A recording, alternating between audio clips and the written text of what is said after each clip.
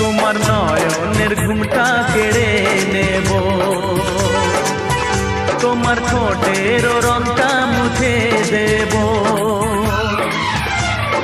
বাঁশরিয়া ওই